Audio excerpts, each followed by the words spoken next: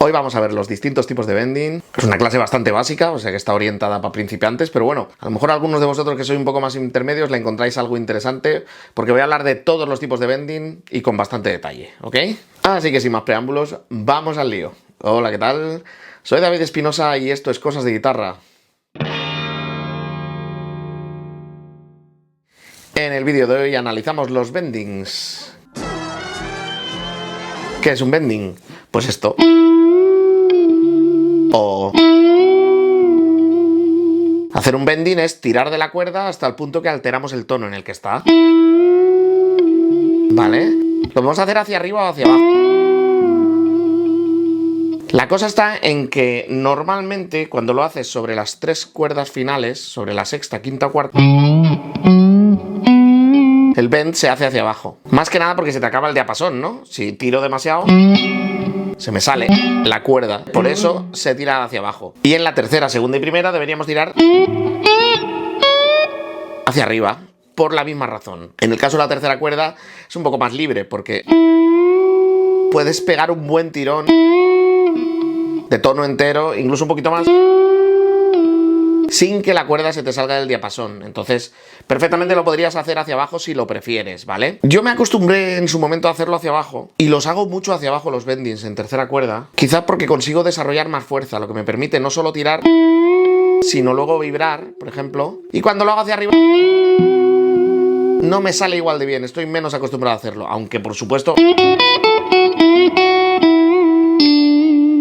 sí que tengo pillado el truco hacerlo hacia arriba, pero me sale mejor hacia abajo. En la segunda y en la primera estoy más acostumbrado, más que nada porque ahí sí que es cierto que te pasaría lo mismo que antes en la quinta.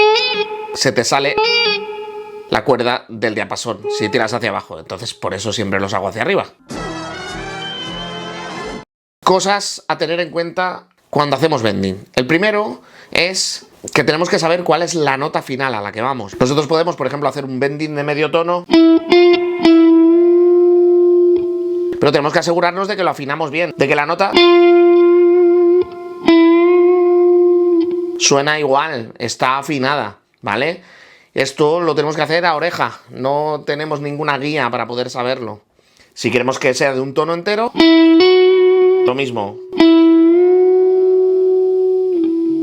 Lo tenemos que hacer con la oreja, no nos quedan más narices. Normalmente cuando vemos representado un bending vamos a ver cuánto hay que alterar el tono. Un cuarto, por ejemplo, lo vemos mucho en cosas como que casi no alteramos el tono, ¿vale? No llega a ser medio, esto sería medio. Y si hacemos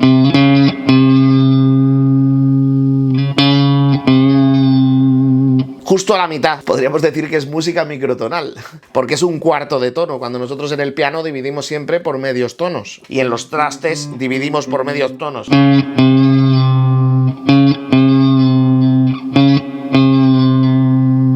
Nos vamos a encontrar muchas veces un cuarto en cosas así rock and rolleras.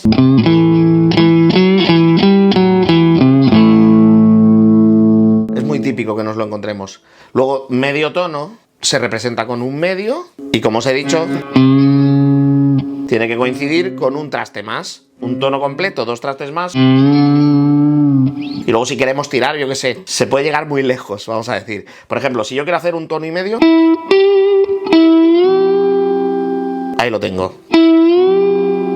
Si os fijáis, cuando yo estoy tocando normalmente, sobre todo cuando tengo que abrir la digitación, yo bajo mucho el pulgar, ¿vale? Lo tengo aquí abajo, para poder permitirme hacer apertura de dedos. Pero el problema de tener el pulgar tan abajo y que haya tan poca carne tocando el mástil es que me cuesta más hacer fuerza. Entonces, cuando estamos haciendo bending, sobre todo cuando son de tono completo o más, lo ideal es que subamos el pulgar y que toquemos con esta parte de la mano también en el mástil. Y así nos aseguramos que tenemos la fuerza adecuada para poder levantar la nota hasta donde nosotros queremos. Podemos hacer incluso más. Eso sería un tono y medio que se representa con un 1 y un medio. Y si queremos hacer dos tonos, incluso dos tonos y medio. El tío de la miniatura hace estos pedazos de bendings tan animales. Esa es la primera cosa, que hay que afinar los bendings y que podemos tocar diferentes notas con los mismos bendings. La segunda cosa que tendríais que tener en cuenta es que cuando yo hago un bending, lo ideal es que vibre. Después de hacer el bending, que haga vibrato. Porque si lo mantengo muerto,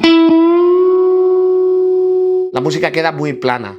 A ver, no siempre vamos a necesitar esto o vamos a querer esto, pero por norma general, igual que cuando estamos tocando notas sueltas, nos gusta vibrarlas para que haya como más dinámica.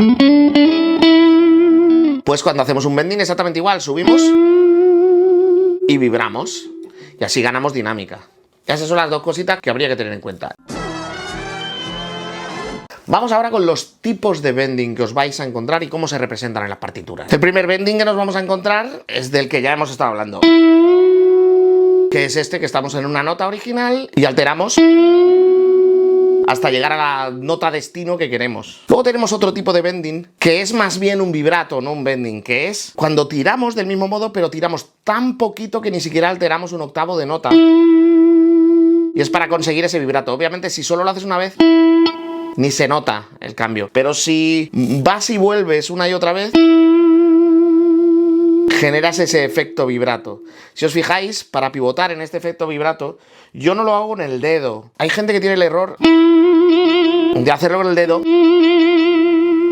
que bueno, que puedes estar buscándolo a propósito. Pero por norma general, si queremos darle expresividad y que no nos suene tan rápida esa vibración, lo que hacemos es pivotar de esta manera. Nos apoyamos en el pulgar y vamos girando la mano de esta manera. Despacito y exagerado, para que entendáis el movimiento. Pues ese mismo movimiento es el que hacemos con el bending. Lo ideal para poder tener la fuerza adecuada para llegar a la nota que queremos es que nos apoyemos en este movimiento y no que intentemos hacer el bending solo con los dedos.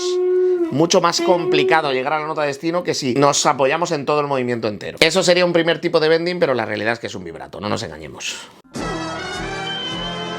Vamos con el siguiente tipo de bending, que se llama prebend. Prebend significaría que en vez de tocar y subir, lo que hago es primero subir y luego tocar. Cuando soltamos, eso se llama release, ¿vale? Que literalmente significa en inglés soltar. Esto nos da otro tipo de bending, que es el bend and release, que significaría tiro y vuelvo. Entonces tenemos por un lado el normal, que nos quedamos ahí y hacemos, por ejemplo, otras notas como... Y si hago bend and release sería... Y si hago prebend...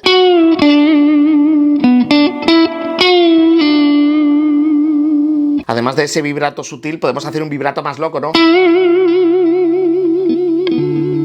Si os fijáis, aquí estoy alterando la nota. O sea, que no sería puramente un vibrato. Es un bend que lo vibro como loco, volviendo a la nota anterior, o más o menos a la nota anterior, ¿no? El bend es una de esas herramientas que tenemos para hacer mucho más expresivo nuestra manera de tocar. No es lo mismo hacer...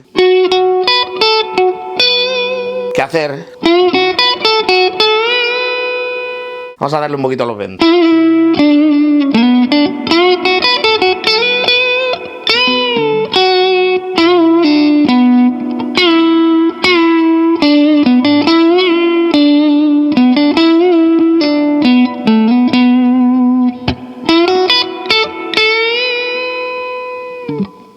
Hay otro truquito que mola un montón, que es hacer un bending en la cuerda anterior mientras al unísono tocamos la nota destino. Y entonces, si os fijáis, empiezo con una segunda de diferencia y luego lo afino. Esto lo vais a encontrar en muchos guitarristas.